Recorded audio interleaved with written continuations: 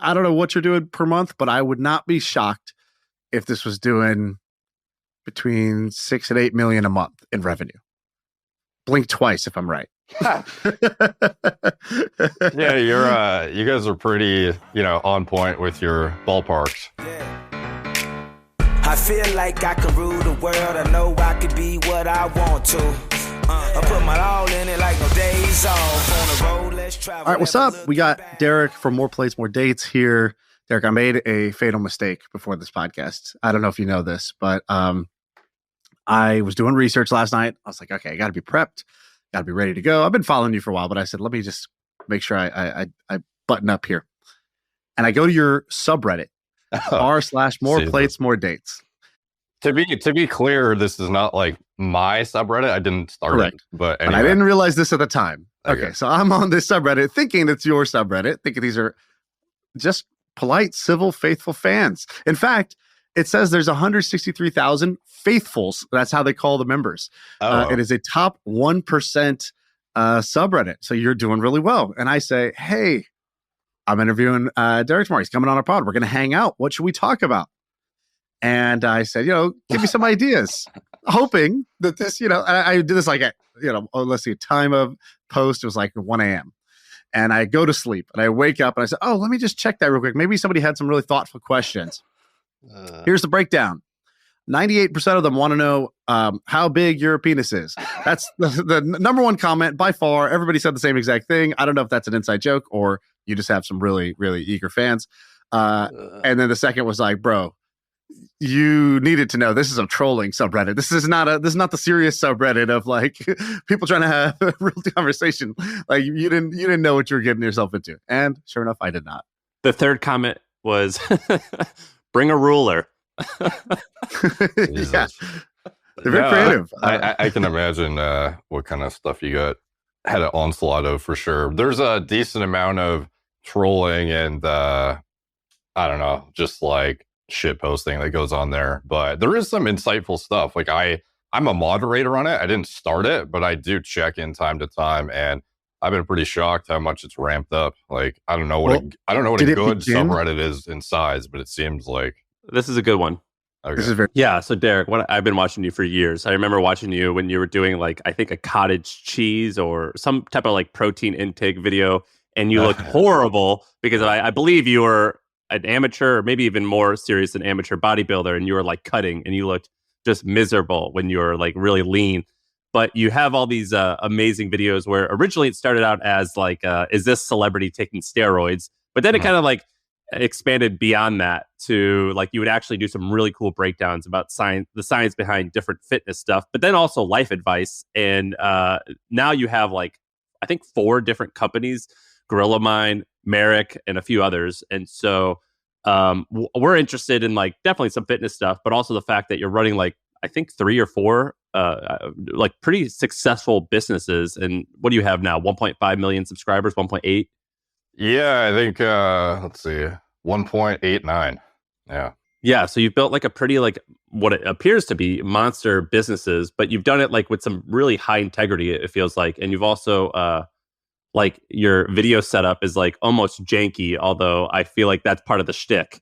But it's just like all about like just really high quality content that is well researched. Yeah, it's quite unintentional, the jankiness, because I just don't know what I'm doing when it comes to, I don't know, videography and whatnot. So every time I try and spruce it up, it just, I fail miserably. So I just leave it the same.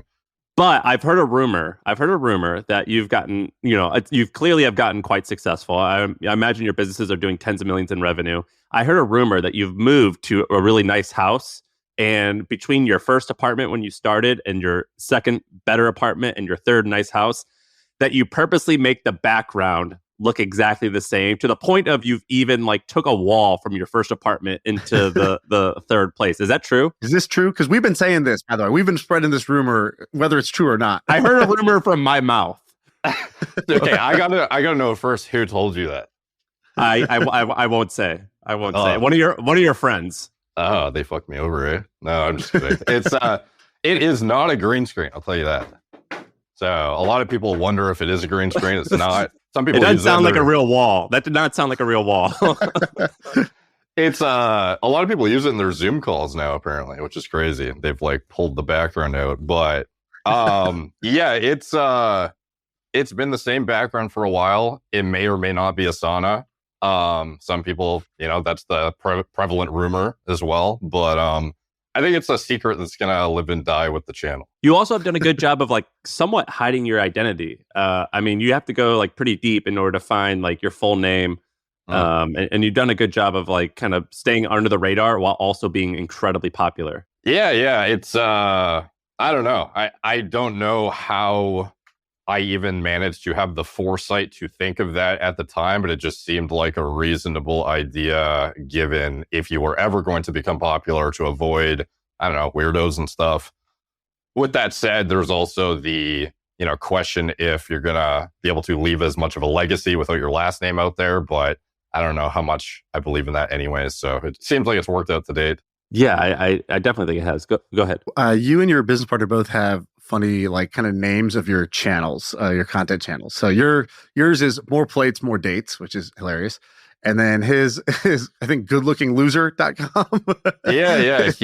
He had like a men's self-improvement blog he was an OG YouTuber before I ever was online. He started making content in 2009, I think. And that's actually how I found his stuff, was through his YouTube channel where he talked about, how to talk to women. And he had like videos of him going up to girls cold approaching. And I was, baffled at the time. And I was just a teenager in university watching his stuff and was one of the first like 10 or 15 people who joined his online forum and then tracked and logged my, I don't know, trials and tribulations with fitness and chicks and all that kind of stuff, university. And then eventually we ended up actually working together, which is really cool. But yeah, he has not posted regularly in, I don't know, 5+ years, but he is, good looking loser. That's the OG right there. And we're going to talk about the business side, because it's unclear, but I believe you built a 9-figure business, so over $100 million business, or collection of businesses off of your channel. So we'll talk about the business stuff in a second, but I want to start with this kind of pickup thing, because I just had Marc Manson on the podcast, the guy who wrote The Subtle Art of Not Giving a Fuck. Okay. And so he started also, now he's like kind of like all about, life advice and, self-help and things. He's one of the most popular self-help authors ever. He wrote a book with Will Smith. He's like super legit now, but he started off in the pickup world, and he had his blog. He was named Entropy, and his blog was all about picking up women. And I've noticed a few of these backgrounds that seem to lead to these, there's a few backgrounds, like origin stories, like a superhero would have, that lead to interesting people. So I've noticed like elite gamers. So people who are like hardcore gamers, they tend to become, they can become really successful in the game of business afterwards if they so choose. Or debate lends itself very well to people who end up being, leaders, CEOs, types of people, because they think a certain way and they're able to articulate themselves. And now another one I'm noticing is pickup. And I'm curious if you think there's anything to that, or am I just reading into it? Are there any core life skills that you really get from that? Yeah, it's weird. I was actually, I had lunch with Andrew Wilkinson a few weeks ago, and he said the same thing about pickup. He thinks that a lot of people come from that world. And I don't know if it's just like a feeling of inadequacy that drove you to the pickup stuff to begin with, which also translates to your like weird drive in an entrepreneurial aspect that kind of takes you to this level most people simply won't feel, reasonable or something they, I don't know, want to strive for. But I think there's definite overlap there. And I don't know if it's like a emotionally healthy thing always or a mentally healthy thing, but there's definite overlap where people are, I think, trying to optimize all areas of their life, whether it is social dynamics or what have you. And that obviously translates into business. Like for me, job interviews became infinitely easier after I learned how to walk up to attractive women. Because if you can walk up to an attractive, 10 out of 10 and not get nervous going into a job interview, it's just like, is butter. Whereas before it used to be super nervous, you're in the waiting room, being extremely, overthinking the entire situation. And it's to you, anything that could be anxiety inducing is just out of sight, out of mind. So for me, I think there is a huge overlap. Business presentations became so much easier, became more confident in rooms, meeting new people, whether it was talking to dudes or talking to chicks, didn't matter. And yeah, I think there's still huge upside, not to be like a dirtbag, which equates to being an entrepreneur. I wouldn't suggest that, but there is certain social skills and I don't know, like EQ you can gain from the pickup stuff that I think translates. Shaan, you didn't study that stuff? I did, yeah. Yeah, because I read all the books. I bought some of the courses. I went to like an event before. Like I was like really into that because it was rooted in a sense of like I feel inadequate and I want to meet women and like be liked. But it totally carries over to sales. You know, like the rule. There's like a 3 second rule. It's like as soon as you see a woman that's like beautiful, you have 3 seconds to go talk to her. Or like I used all of it. I loved it. I wouldn't call myself an artist, though. I don't think I made it to pick up artist. Yeah. It's like a Subway sandwich artist. It's like, Yeah, exactly. are you sure about that? And half of those guys ended up like with horrible lives as they got older. Like they're like 50 years old and they're still doing this shit. And it's like, dude, that's not cool. It's cool to be settled down, actually. It's cool to have like a relationship. And so like the pickup artist community does a really good job of teaching young men how to be confident and meet a woman. But then half of them do a really bad job of saying, all right, now here's how you remain loyal and how you become a good partner and things like that. But they just get you to the interview or the first day, but they suck after that. You know what I mean? It's like horrible on how to actually be a man and treat people respectfully. Yeah, I think one of the best takeaways from the pickup artist world is being able to review their lives from pre-success, being losers essentially, to peak success, having this incredible, you know, dating life with diversity and choice. And then what happens to them thereafter? The younger guys have the luxury of being able to watch the entire timeline and see, did they end up somewhere that I would aspire to be, and why or why not, and how do I avoid getting down that path? Because when I was, you know, coming up and learning about this stuff too, it was even getting on a date was a task in itself and an achievement if you were able to even muster up a dating life from scratch with women that were not introduced to you through your friend circles or whatever. Being able to meet people cold was like the floodgates open in terms of opportunity. And thereafter, you know, as long as you were sleeping with women, you thought you ended the game and you were, you know, good to go. But you don't realize thereafter there's a whole nother element of how do you actually become happy, have successful relationships. No one taught you that stuff. So being able to see the, I don't know, the before and after of like the Neil Strausses of the world or whatever and what happened to them, I think is pretty insightful. I want to ask you about some of your businesses and how you're actually managing all this, because you have a lot going on. So there's Gorilla Mine, which it looks like that's pre-workout and creatine. You got to tell me what you name it, bro. I know you hate the name, right? Yeah. What was this other one we had? We had this other one called, what was that one, Shaan? It was called like Deer Killer or something. Oh, the deer antler spray. What the deer antler one? Bucked up. Yeah. Bucked up. Well, my thing with you, Dyrdek, is like I trust you. Like I trust you a lot, and I buy what you say. Totally agree. It reminds me in the same form of like, you remember when we were younger, like NO Explode and that stuff. Yeah. And I remember taking that, and I was like, this is awesome, and also like, this might be illegal. Like it was like like it felt like Adderall. Feels like I got 2 hearts right now. This is awesome. And I didn't know anything about it, but I'm like, I don't know if this is good. But when I think of your brand, I think like my values align with your values. But for some reason, that I don't think the name. Okay, let's start with this. Objectively, this is working, right? Like I'm looking at the traffic. It looks like it's over 1 million visitors a month for an e-com store that's doing supplements, super high margin, high repeat purchase. Like I don't know what you're doing per month, but I would not be shocked if this was doing between 6 and 8 million a month in revenue. Blink twice if I'm right.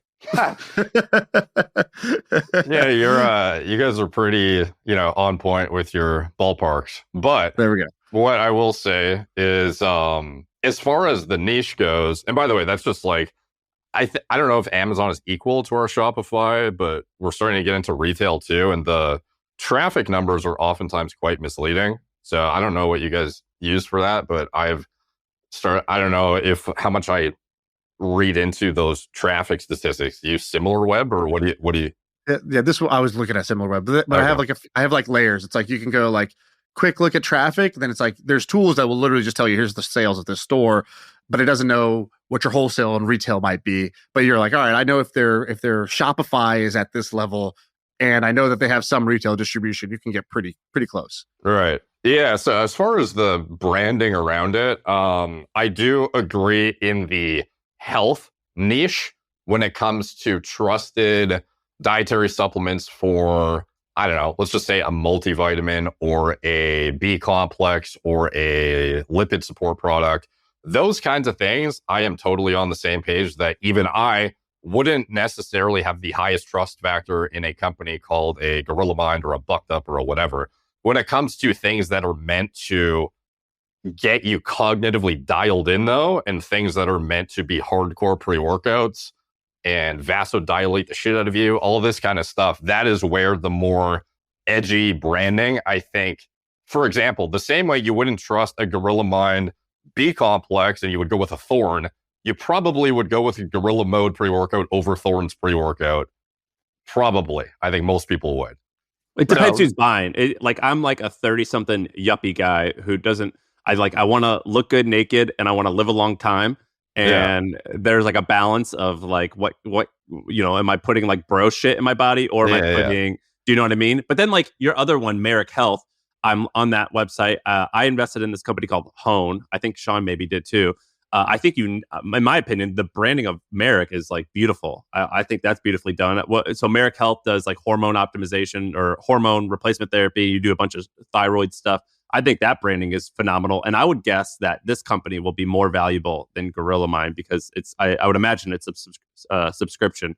And it's probably like $300 a month on average per customer. Yeah. And the telemed, especially in high level preventative medicine diagnostic space, you are it's a lot more premium for sure. And the margins are superior, but it's also contingent on the level of service. And that's where we differentiate ourselves. There's a lot of telemedicine pop-up clinics now and hormone replacement therapy, spots to go to. And we try to steer away from that moniker. We are kind of like I don't know, it's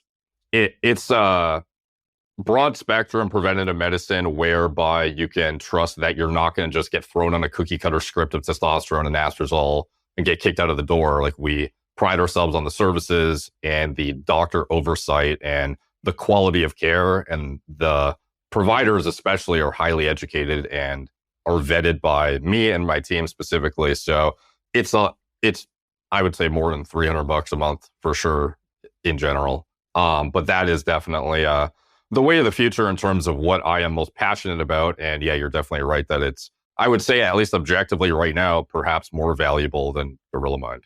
Are you, who are you, how big is your team now? And who do you have helping you run each of these companies? Because it's fairly complex, I imagine. Yeah, maybe break it down like your core team that's like not assigned to any one of these companies. And then like, what does a core team look like first? And then how do the sub companies look? Yeah, so fortunately, from an operational and back-end standpoint, I live in Canada, by the way. The companies are based in the US. So for me, being on site is essentially impossible. So I have my business partner, Chris, good-looking loser, is in Idaho, where Gorilla Mind HQ is stationed. And he's the one who built out the team in person for warehouse fulfillment.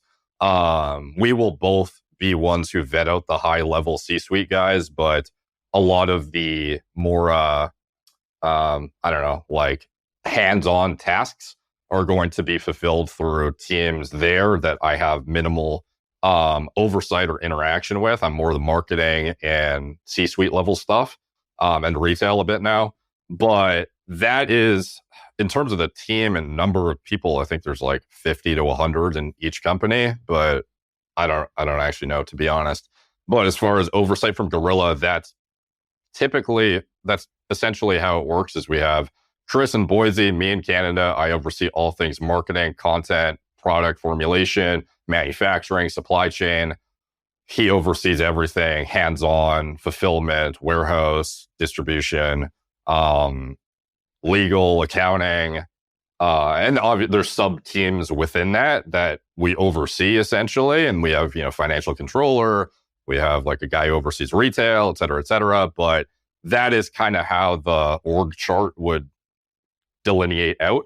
And then on the Marc Health side, my business partner, he doesn't have an online presence, but he's somebody who I met through the industry myself years ago, and he's exceptionally well versed in how to operate a team and build out the infrastructure and get the licensing and everything necessary to be above board and stay on top of all the compliance stuff. Because in the telemedicine space, it's, quite a bit goes into making sure you're doing it the right way, because there are a lot of clinics that get spun up and essentially are just illegally prescribing steroids, essentially. That is literally why they exist, more or less. And a lot of compounding pharmacies, despite being legitimate compounding pharmacies, are not above board either. And they will prescribe underground lab level drugs that are not even pharmaceutical grade. It's wild stuff. So he oversees essentially everything when it comes to the team, I will help vet out the providers and high level talent and C-suite guys and whatnot. And I'm also heavily involved in marketing, similar to Gorilla, but he is, without my partners, none of this would be possible. And then is Intelligent Shop rounded? Is that the third one? Is that the third major one, or are those two significantly? Yeah. Oh, I would say those two are definitely bigger than Intelligent, but Intelligent has probably the best profit margin, I would say. But that company is me and Chris as well. What's crazy is that you're doing more challenging problems. So I have no idea how challenging a supplement company is, but let's just say that that's a 2 or 3 out of 10. And then Marc Health would be a 6 or 7 out of 10, or even higher, because you're actually starting to do with regulation. And then I know that I think you said it here and you said it on videos, you're thinking about doing a compound pharmacy, which sounds like the hardest. And I don't know too much about it, but does that basically mean you're actually getting the commodities from whoever you're getting, and you have to make sure they're safe and that you're handling them safely? And I guess compounding means you're combining and shipping them out to the Marc Healths of the world. Is that right? Yeah. So, for example, when you get prescribed your testosterone, for example, from a clinic like a Marc Health or maybe OWN, I'm not sure how they operate, but in general, they will fill a prescription through a pharmacy like an Empower or a fill in the blank compounding pharmacy that is also having their own markup on medication, is the ones receiving the active drugs and creating a finished product for you to prescribe. And just logically, anytime you can try and get more of the supply chain to control the margin, that's going to be beneficial, I would imagine. At which point it becomes a logical and worthwhile use of your time, though, is to be determined, because similar to the manufacturing side on dietary supplements, although there's different levels of quality control and oversight, you still have to be GMP certified and, have a certain level of oversight in your facility. And is the bandwidth allocated to doing that, taking away from what your bread and butter is on the private labeling or marketing side of things? Depends on the person, I guess, because some companies kill it just being manufacturers and not even having a company that they sell stuff through. So Empower's the guys that a lot of people go to, I believe, right? How big do you think that business is? 100 million plus, probably. What could that be worth? What would a multiple on that business be? I don't even know what those would sell for. Is that considered just a manufacturing business? Well, it's tough because they definitely have some level of trust factor that other pharmacies don't have. Even for me, if I was to get a compounded testosterone from Empower versus from some rinky-dink compounding pharmacy, I would 100% trust Empower more than fill in the blank, even though they have supposedly, same levels of quality control, rigor, licensing, etc. There is pretty significant variability sometimes in the compounding world, plus minus on certain drugs even. As shocking as that sounds, what you see on the label, even in the pharmaceutical world, is not always what you're getting in compounding. That just seems like such an intimidating business to go down the path. Yeah, fortunately for me, and that it's something that it's actually wild, because Gorilla Mind is probably the thing that has the highest level of difficulty for me, because I'm intimately involved in product formulation, whereas on the telemed side, fortunately, there is no need for me to, I don't sit there making medication formulations. You have a preset, testosterone concentration or fill in the blank drug. I don't control all that or need any creativity or insight into what goes into that because it's a very tightly regulated thing. Whereas in the supplement world, people will just look at our label and rip us off often. So I am often the guy who has to be creative, come up with innovative ideas. And I don't want something to come out with my name on it that I don't have significant, personal time investment into that formula that goes out. So, for me, the Gorilla Mind formulation and product rollout side of things is the most time consuming. So I would say Gorilla is like 6 or 7 out of 10, and Marc is, like a 2 out of 10 for me. Oh, interesting. Personally. Yeah. We had Doug DeMoro on. Do you know who Doug DeMoro is? He's a car YouTuber. Yeah. He's awesome. He's cool. He built this thing up to like 4 or 5 million subscribers. Then he launched this thing, Cars and Bids, which he sold a portion of the business. And Cars and Bids could be a multi-$100 million business, I think. I think it's awesome. And but like going to compare you to him, that'd be like him starting to make like car parts. Yeah. And I'm like, dude, Doug, why don't you just like make the best car marketplace ever and just like crush that? Because like if I think of like you, Derek, launching and I don't know much about the space. When I think about you launching like a pharmacy, I'm like, man, that seems like you're leveraging yourself pretty high. Like, what if that fucks everything up? Like, as opposed to kicking ass at these other two things. I'm not dead set on it. So I imagine during, I don't know, discovery, if I'm buying a company or just the process of fleshing out all the details, I will probably uncover that, leaning into our bread and butter is probably more worthwhile. So despite it being on my radar, similarly to the manufacturing side of supplements or energy drinks, it's probably not worth our time or money right now. So, to be determined in the future. But there's one reason why I imagine you should do it, which is it's pretty dope. Like, like there's still like that component of like, this seems very challenging, but this would be sick if you could actually pull it off. You know what I mean? Like there is that factor of like, it's entrepreneurship's art, and that's a cool challenge. Yeah, no, it's, and just being able to control everything. I think you're not putting yourself in a position where you can get squeezed. Whereas companies like Roman, they have their own pharmacies, and there's a reason why. They're not going to just private label to hell and market the shit out of it. They're going to control the drugs. So, to me, it seems like at scale, there is some inevitable obstacle of trying to control that aspect of the business and not being subject to whatever the, drug makers decide for you. But to be determined on that. Do you what's your business goal? So you shifted your focus. You're like, okay, I went through this bodybuilder dating, like number one priority. Then you're like, all right, making money, entrepreneurship became the main focus for like the last period of time, last season. What's your business goal? Because we've met a bunch of people that are like, some of them take this like, oh shucks, I don't know, I'm just trying to, help people, like type of attitude, which I rarely believe, to be honest. And then there's a lot of other people like Rob Dyrdek came on and he's like, dude, I was like a skateboard kid, then ended up doing this. I ended up on TV, still wasn't making any money. And I finally realized like, oh, like in this last like 5-year period, I figured out like, okay, I need to go from rookie white belt to black belt. And I made it my focus. I made it my goal. And I said, I wanted to make $1 billion. And I decided, all right, to do that, what do I need to do? I need to own my own production company instead of just being a talent. So I'm now on the talent and the production company. And then I brought people in and I started investing. I own real estate. And he like was very articulate about it. And our audience loved it because they were like, dude, I had no idea he actually kind of had that part of his brain and had like intentionally set a goal and then made a plan and started figuring it out. How would I describe it for you? What's your, because you started off just doing this kind of fun, but then the business came about. What's your goals and how did that come about?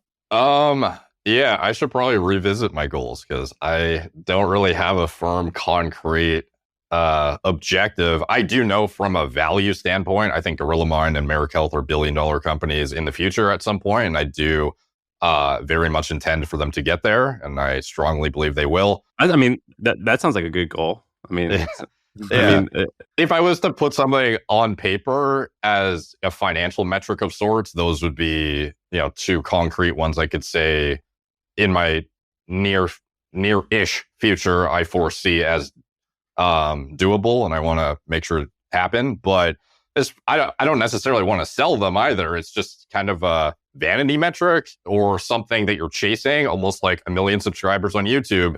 Once you get there, it's the same old the next day. Nothing changes other than your objective success and how you feel about yourself to some extent, maybe, and how people perceive you, and maybe you have more flexibility in what you can do. But, that's kind of how I see it too, is once the businesses get to a certain point, it's just going to be more of the same. Probably. I don't know. I can't imagine there's especially from the Marc Health side of things, it's a company that I'm so passionate about preventative medicine. If something is working, that is literally me being able to at scale educate and impart value about that. It's hard to see me deviating from it to be able to do that again. It doesn't really, I don't know. Maybe I'll change my mindset as I get a bit older and I have kids or something. But right now, not really. That's kind of all I could say as far as concrete goals on a piece of paper financially, and also my path in terms of what I'm passionate about. Have you raised financing or funding for any of these businesses? No, never. Dude, that's crazy because all right, you have 1.8 million subscribers, 1.9, close to 2 million. That's a lot, but that's not a lot. You know what I'm saying? I mean, that's like if someone grinds for 10 years, you could get there. What's crazy is that, that's just a huge number to have two multi-billion-dollar, let's just even say 100 million plus brands off the back of 1.9 million subscribers. That's a significant amount. Well, you have to keep in mind too, our influencer marketing is pretty dialed, especially on the guerrilla side. And we have a lot of people who believe in what I'm doing and my passion and path forward too, and trust me. So they will also trust that I'm going to put them in the best spot to accrue the most value from whatever company they're partnering with and have mutually beneficial relationships as they develop their business careers too. So especially on Guerrilla, there is no way we'd be anywhere near where we are. Well, I don't know what we'd actually be at, but a lot of our influencers behind us are huge needle movers. Huge. I would say our combined following is I don't know, in the tens of millions, if not 100 million plus. Is it contingent on you getting more popular, do you think? Or do you think that they've grown beyond that? Yeah, I think they're big enough they can be their own thing. And I think fortunately for me, it has allowed me the flexibility to reel back on the content frequency a bit, because I used to be very heavily output oriented, which I should be still, but the trust factor is very high and the success of the company it has its own, I don't know, resume of credibility through what it's done, like being, I don't know, one of the top selling pre-workouts on Amazon, for example, against companies I literally bought when I was 17 years old, and edging some of them out now. That's wild to me. And those kind of things help us get into retail and help us do things from a global expansion standpoint that aren't contingent on me. Sure, it helps that I'm a face of the brand and what I've done. And that when you work with us, I'm going to be the one formulating your products too. For example, when influencers work with us, if you're going to have a collaborative pre-workout that drops, knowing that I'm indirectly endorsing it and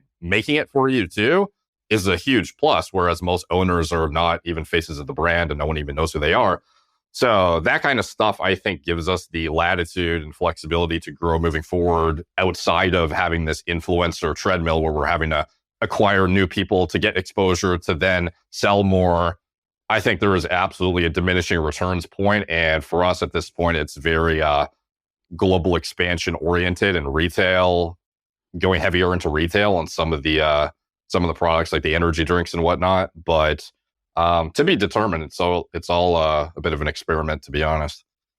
I went and read your blog and prep for this, and I read a bunch of the posts. And you said something. You said, when I was 18, what were my priorities? You said, well, I wanted to make more money.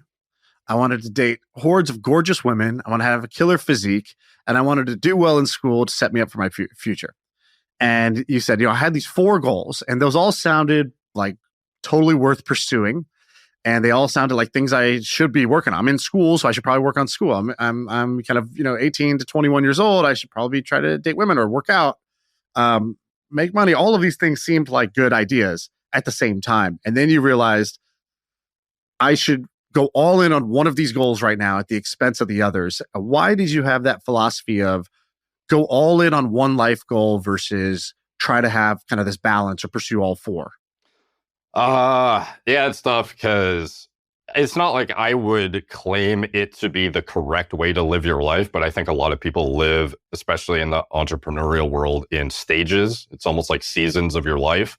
And there are certain seasons where you can complete certain things are prerequisites for the other. And I would say that when it comes to getting women, for example, when you were young, you do not need exorbitant amounts of funds. You actually don't even need to have the ability to support somebody in a long-term relationship. If you're young, you can have a piece of crap car and live with your parents and still crush it with literally, like, objectively 10 out of 10 girls in your age bracket.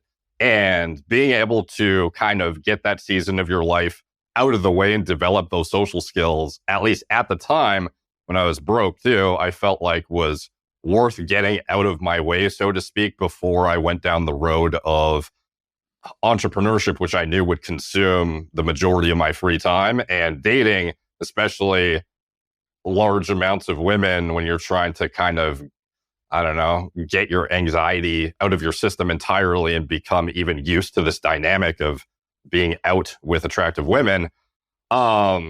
It's not something that I feel you can juggle both simultaneously. Dating is a full-time job, honestly. Like, if you're single, you can definitely agree with what I'm saying, that it can be as consuming as a full-time job in itself. So for me, trying to, and I also was way more hardcore about bodybuilding at the time. So I would actually dedicate blocks of time to cutting and bulking phases. And the cutting phases would be getting striking distance of stage ready condition, which is something that is super mentally sapping and demanding of your body, and more extreme amounts of cardio, caloric restriction, etc. And it's not trying to do everything at the same time. I feel like you'll just fail or do everything kind of half-ass. Essentially, you will not get anything done with exceptional quality. So that was at least my thought process and logic at the time, and I would still probably agree with it, even though that blog is, I don't even remember the last time I wrote an article on that blog. It is super outdated, but it is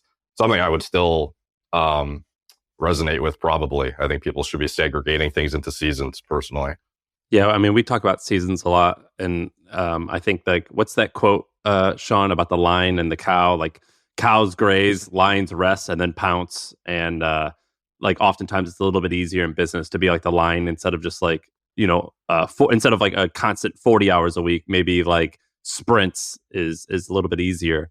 And I was watching some of your videos. I remember there was one recently where I think you got back from Europe. You were in Europe, and it sounded like you were with a girlfriend or a wife or something like that. So I assume you're in some type of long relationship. Has building these companies been a lot easier once you have more stability as opposed to dating? Yeah, dude, it's night and day. If I was single right now, I would get half as much work done, probably. Yeah. Yeah. Dude, I remember when I was building my first company, there was probably twice a week I would lay on the floor and I'm like, this isn't going to work. I feel miserable. Like, I'm just going to quit. And like, having a spouse, or she was my fiance or girlfriend at the time, to be like, no, you got this. Like, that is just like, it was like the greatest thing ever. And that's when I knew, I'm like, dude, having a wife is so much better than... She's like, also move out of the way. I'm trying to get to the kitchen. You're just laying on the floor. No, yeah. I totally agree with that sentiment for sure. You've got these, you have the content machine running, you got the business machine running. Have you figured out what you want to do with your money? So have you learned kind of like, how to either spend it in ways that are interesting or invest it? How much time and effort have you put into that? What do you do with your money? I've learned what not to do with it, which is good. What have you done?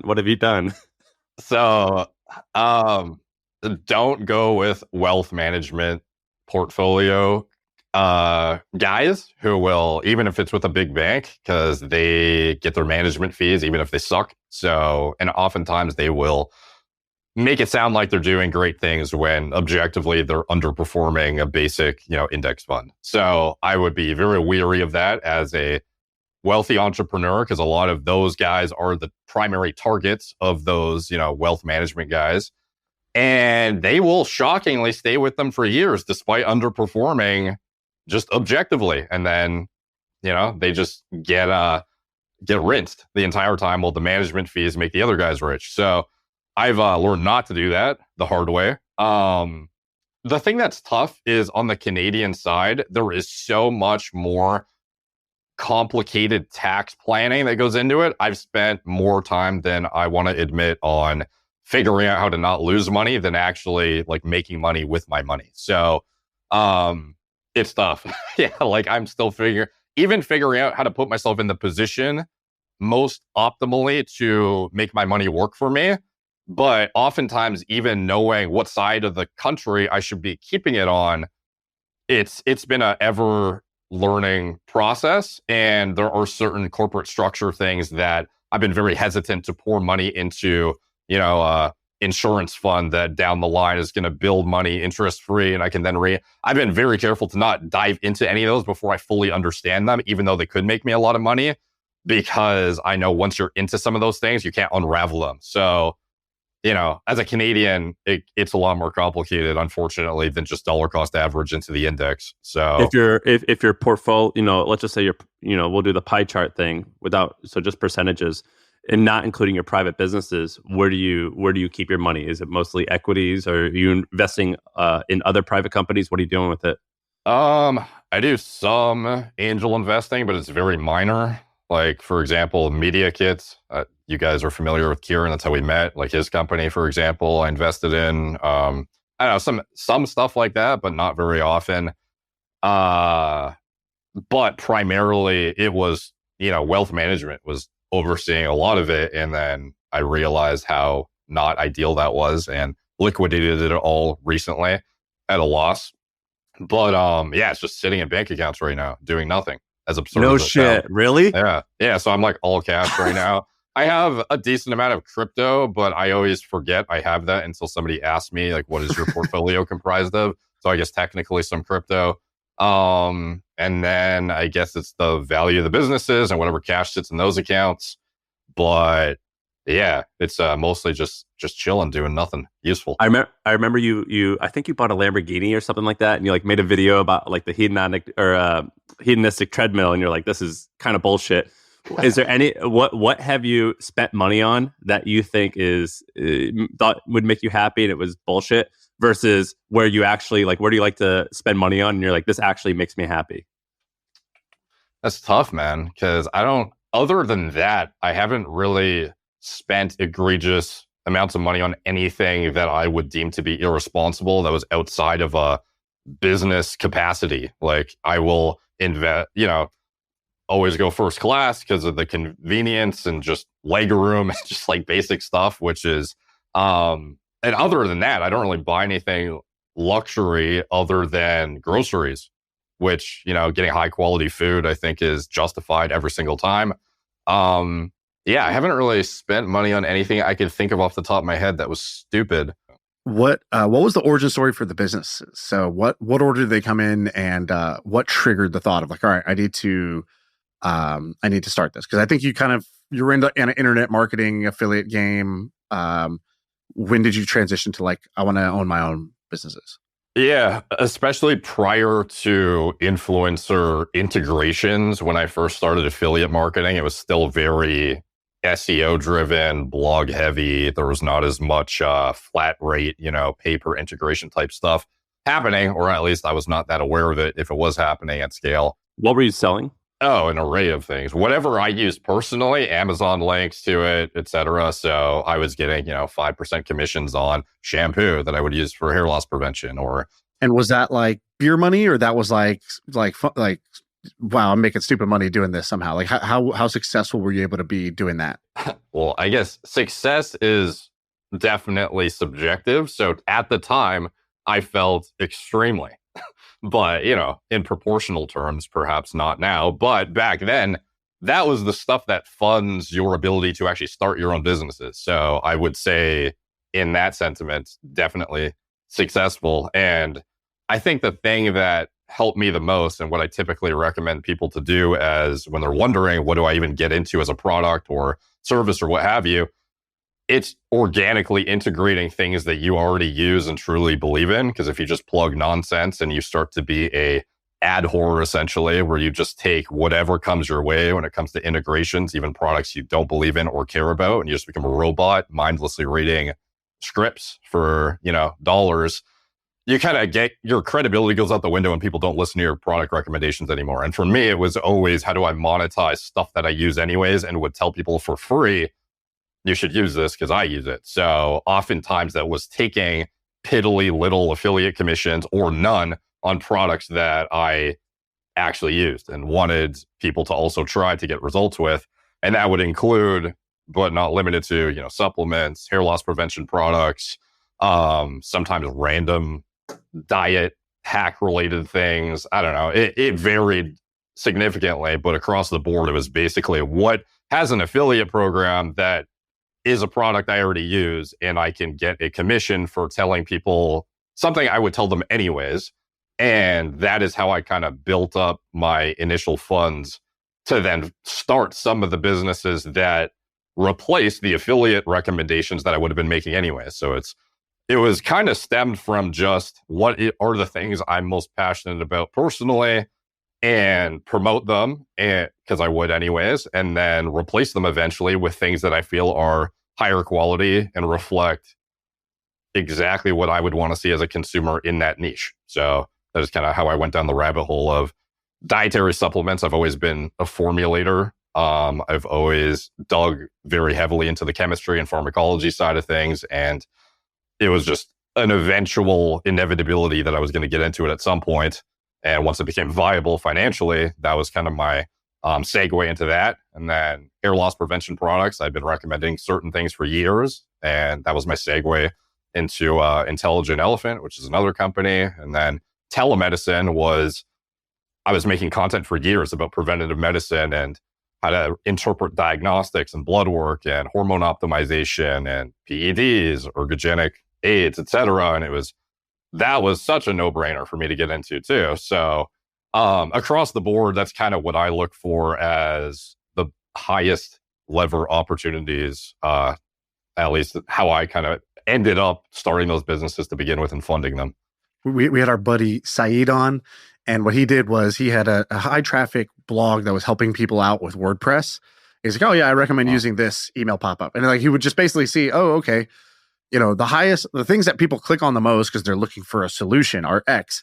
Maybe that's a business I should go into. So what he would do is he would just go buy that business or buy the number 2 player, improve it, and then make it his recommendation. And he just went systematically. It's almost like you did that for the body. You were like, cool, I got this high traffic.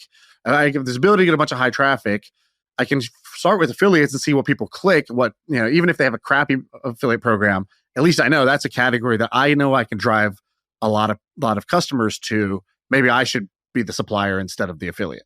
Yeah, it's crazy how much stuff has evolved just in the past, I don't know, not even 10, like 6 or 7 years too, in terms of where people get their recommendations from. Like SEO is so irrelevant now to where I shop and where most of our customers shop too. Back in the day, it was if you're top ranked on Google, maybe for some services, it absolutely is still relevant, but for certain products in the e-commerce space and whatnot, it's like no one gives a shit at all. Whereas back in the day, it was all about how do I get top ranked on Google for buy fill in the blank or top 3 fill in the blank. And that was a lot of my affiliate stuff came through my blog articles back then and lesser YouTube, but now it's so heavily social media. The New York Times had this article come out a few weeks ago, and it was like, my guru is better than your guru or something like that. And it was about how, this has always been the case, but it's just, there's more now and they're bigger, about how audiences will go towards a certain like health and wellness person. So like there's Huberman,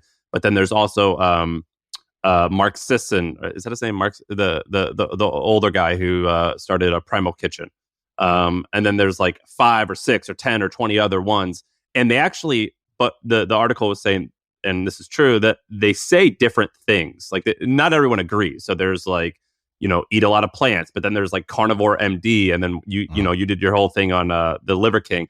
Like they oftentimes will say like different stuff, but you just get behind someone and you just do whatever they say. Like if you talk to Andrew Huberman, like the most common question he gets, and I'm sure you get this too, which is just tell me exactly what you do, and I'm going to do the exact same thing. Yeah. You know what I mean? But and that's on one hand that's maybe dangerous because it doesn't always apply to each person. But on the other hand, it makes a great ass business because it's just like whatever Derek says, I do and I buy. And I think that you've had like videos where you're like, my supplement company, like I'm not going to just make a ton of product because I have to make the quality good. But you guys are buying so much of it that we need like 2 weeks off in order to restock. You know what I mean? So it's like good for you as a business owner. Yeah, I think trust factor is everything nowadays, especially because there is especially in the health niche, it is so hard to know who to trust because oftentimes the charlatans will get platformed too because they say outrageous things.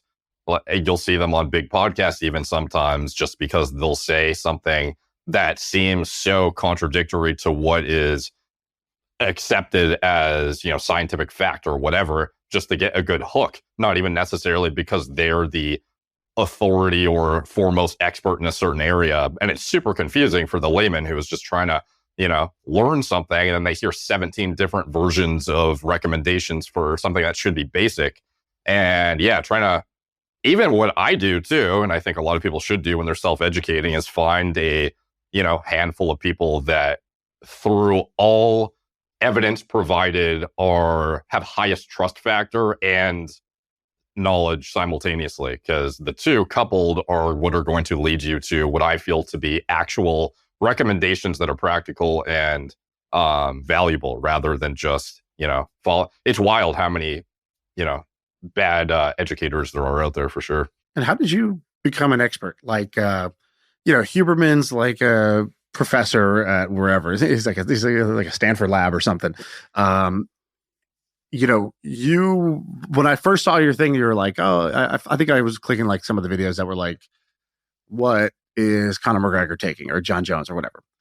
And you're talking about the pulsing effects of picograms of whatever that John Jones got popped for. And I was like, how the hell would this guy know? It doesn't even seem like USADA even understands like what the hell's going on. Like, where is the literature of this? How would this random YouTuber know about any of this stuff? Largely through years of self-education, but also through educating myself through experts and I feel I'm very good at extrapolating out and determining what is valuable information and then assimilating it into my own consolidated framework. That's one of my strong suits. It's taken years. I've been researching like a maniac since I was, I don't know, like 10 plus years at this point. So for me, I don't necessarily claim to be an expert. Oftentimes people will, label me as such, but, I'm just a guy who's a nerd and learns a lot of shit, and it's been good to date. But yeah, a lot of this stuff is available though too. It's just hard to translate into layman's terms, like somebody who's in the lab determining if an assay is going to be implementable for the USADA in the future to catch people doing fill in the blank. The USADA, I don't know, spokespeople don't necessarily understand the chemistry and the science. They're not going to go out and go into elaborate detail about why you could still get away with microdosing, for example. Like that kind of, nor is it beneficial for them to assert publicly that it's possible to do such. So a lot of this stuff is just swept under the rug and no one talks about it because they either don't understand it or it's not very, readily circulated. So, but it's all publicly available. It's just a matter of being able to dissect it. So, that's kind of been it. What do you think of the sort of the tech testosterone movement that's going on? So you got Bezos retires, gets jacked. You got Zuck becoming an MMA fighter. You have who else is doing it? There's a couple of Bryan Johnson. Elon's on semaglutide, so he's at least trying to get ripped. Not necessarily sauce to the gills, but he's trying to get leaner. Trying to lose weight. Yeah. What do you think of? Who's doing it right? Who's doing it wrong? What do you see in the tech bodies? I think it's good that guys are prioritizing muscle mass and quality of life and whatnot over just, existing. So I think it's an overall good thing to have, be pursuing kind of the masculine type, path. But I don't necessarily know who's doing it wrong or right because they're not very outspoken about their protocols. And what about Bryan Johnson? Because he's meticulous about publishing what he's doing. What's your take on what he's doing? That guy, it's tough because I do see the value in what he's doing, but I think a lot of it is totally contradictory. Like, for example, the guy will calorie deprive the hell out of himself to the point of having hormone suppression, but then a supplement with testosterone. It's like, dude, make up your mind.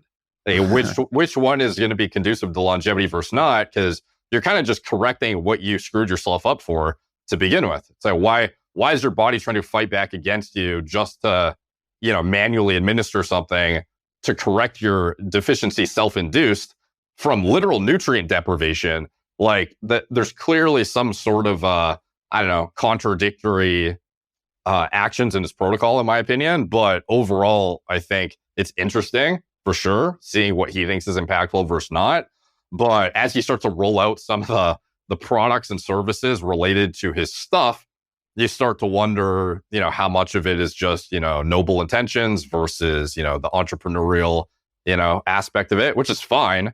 But it's like, if it goes down that road where he goes heavy into selling, I really hope he is very candid about his desire to monetize and not make it seem like this noble, thing entirely, because it's certainly not, your private label olive oil, like other people could have got it. You could have just recommended a good company. You didn't have to go do it yourself necessarily. You use some other companies up until a certain point. Why not just talk about them and give them the business? There's some sort of monetary incentive there, which is fine. I think a lot of the stuff he does is way overkill, and I think it's kind of hard to track anything with any relative certainty when there's a billion different variables. And I also think he puts way too much credence into certain trackers like the age clocks.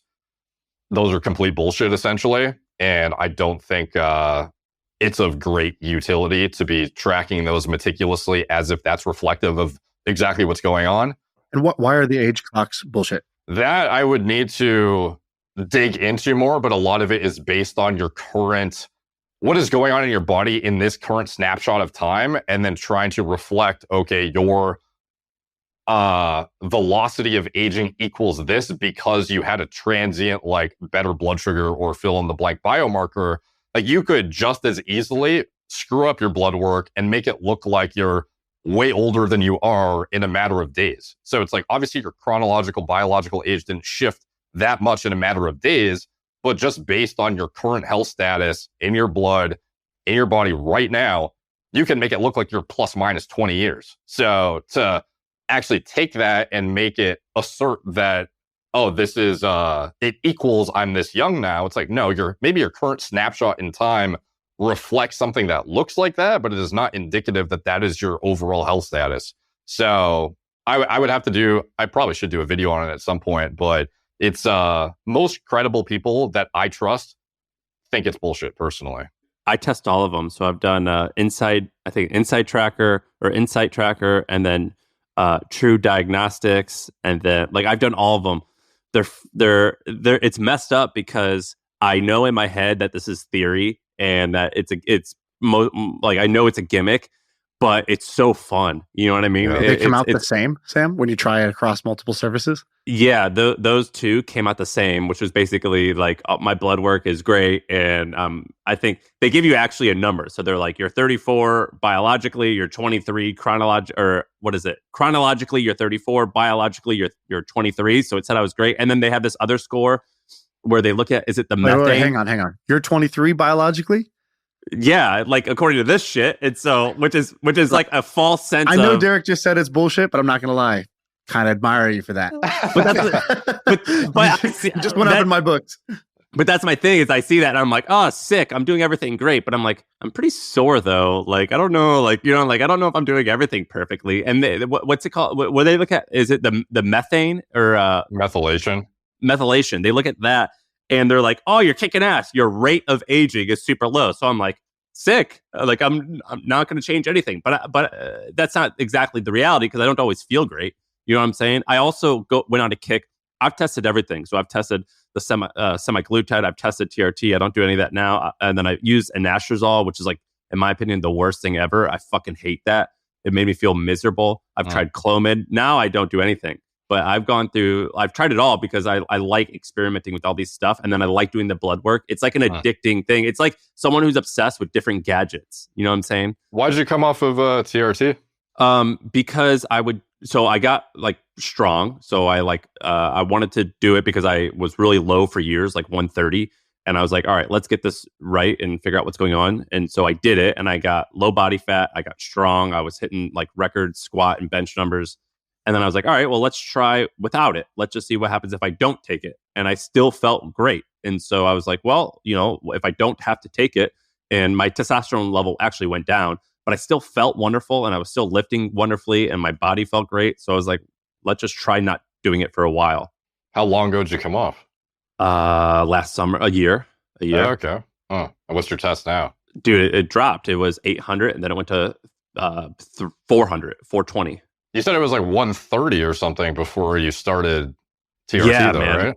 Yeah, and I was 26% body fat, and I felt miserable. I was also running my company, and I was stressed, and I didn't get. And for a year, I tried eating healthy and lifting, and I just didn't get it right. And then I sold my company, so I got financial security. I was pretty ripped. I was pretty strong. I got married, and my relationship was awesome, and I just felt happy. And I ate well. I ate all natural foods, and I just felt dialed in. And then I just went off of it, and my testosterone dropped, but I didn't feel horrible. Interesting. Well, yeah, if you don't need it, probably better to wait if you don't want to be it. How old are you? 30. Are you on it right now? Yeah, but it's for me more so because when I was younger, I did a lot of hardcore bodybuilding stuff and shut down my system. And now with what I know now, I could probably restore natural function similar to what you did, but it would be a lot more aggressive of a recovery phase and more arduous. And putting myself through that right now isn't necessarily top of mind. So it's kind of just been a stay on it right now and optimize everything around it. But yeah, that's kind of how I ended up on it. There's a few of the things that I really like though. What's it called? Is it BP 157? BPC? Like some of the BPC, like some of these peptides that, like, for example, if I strain my Achilles and as I get older, I'm like, not my injuries aren't healing, which is like the most depressing thing about age is that you just like heal slower or like, and you get hurt easier. Bro, you're 23. What do you mean? Well, that's why that's what I'm saying. Those tests are bullshit. They like say that you're young. I'm like, I don't know, man. My shoulder freaking hurts and it's been hurting for a month. And like, I've been really interested in some of those recovery drugs or peptides or whatever you want to call them. What do you think about those? I think they can be useful for sure, as long as they're context specific and not overused, because a lot of them are for example, BPC increases something called VEGF expression, and it's pro-angiogenic, meaning it will literally create, it can induce blood flow that essentially was not present. So you could also have a pro-carcinogenic type proliferative effect with cancer cell development if you have existing cancer cells that could be, exacerbated. So I think some athletes use it preventatively a bit too much, but in the context where you actually have an injury, there's a low blood flow to it, you can actually have a use case for it. I think it's super high utility, very valuable product. From my like very amateur point of view, I think that like the semaglutide and metformin and some of these other, what's it called, a GLB limiter, or am I using the phrasing correctly? GLP-1 agonist? Yeah, like these things that like limit blood spikes or blood sugar spikes. Those seem really fascinating. Like they even seem fascinating to the point of like, I think they can help cure or help alcoholics not become alcohol or, get off alcohol. Like there's some like weird things about these drugs that they can do other things than what they are intended to do. And that's super fascinating to me at the moment. But I know that I think you were on semaglutide. I don't know if you are anymore. Yeah, I've tested most of the GLP-1 agonists for appetite suppression. And yeah, they definitely are. Of the available appetite suppressants in the pharmaceutical world, they're probably the best overall like mechanism in how they work. Because previous to that, it was people just abusing the hell out of Adderall and phentermine and crazy stimulants to shut down their appetite, but it also screws up their heart, their brain. I wouldn't say that semaglutide or some of these drugs are risk-free, though, and they certainly have question marks around their long-term use, especially in children who are developing. But yeah, I think I think they have like a children's dose now, don't they? Yeah, I think so. We do. There's like an Ozempic Juniors. Yeah, which is fucked up, right? It's just I would want the answer to be just eat less, but yeah. The thing though is are those children ever going to become optimal without it? And then is the ROI worth it? And you could easily assert that those fat kids that would have been fat kids regardless are better off by taking it. For sure. Yeah. So, I wouldn't say, well, generally that's the answer for anybody who's overweight, of course, because there are certainly ways to educate and help people get on the right path that don't involve drugs. And I've seen plenty of people do great that were formerly very fat and then end up down a different life path and are lean year round and have amazing lifestyles and get into a habit and cement it into their everyday life. But some kids are, I don't know, just might need it for all we know. You did this good thing. I mentioned your Europe video, and the interesting thing to me was actually that you said that you weren't training that hard, and I think you like indulged in bread and food, like you lived like a tourist. You ate a lot. But you're like, I felt great because I was walking a ton. And I don't remember if you said this or if I read this from somewhere else, another person's experience, but you're like, the groceries in food just seemed higher quality, whether that's like involves like regulation around the FDA and like certain chemicals are or aren't allowed. Are you buying most of you said you spend a lot on groceries and you get high quality stuff. Are you buying most of your foods from popular grocery stores, or do you buy online from niche providers, or are you what are you doing for that?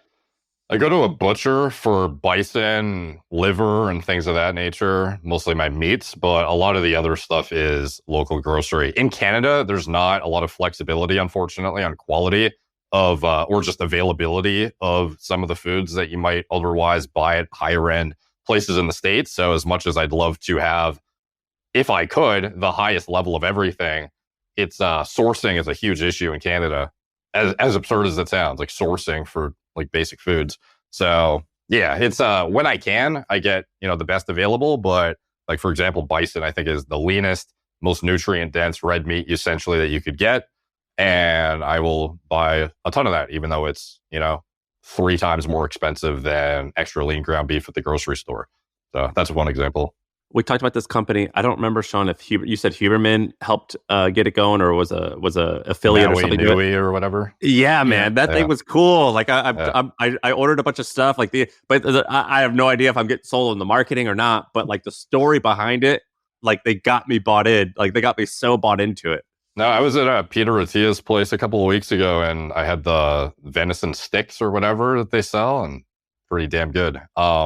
And yeah, I trust him and his recommendations. So I would imagine it's on the up and up and everything's probably pretty top tier.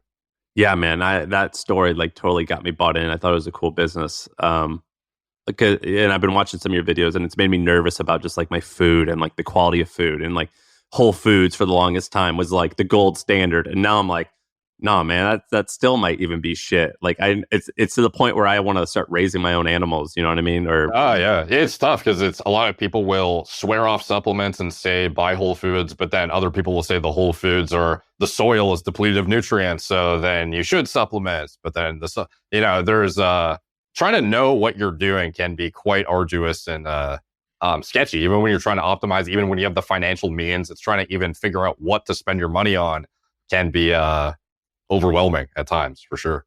Well, we appreciate you coming on, man. I've been a big fan of yours for years. I know Shaan has too. I think what's going to happen is like in the next 4 or 5 years, there's going to be you might have an exit, or there's going to be some type of article that reveals how big your empire is. And I think that I think a lot of people are going to be surprised at some of the outcomes that you have. The fact that I believe that you can build multiple billion plus or 9-figure companies off the back of this audience, and I think it's going to be really cool when that story finally comes out.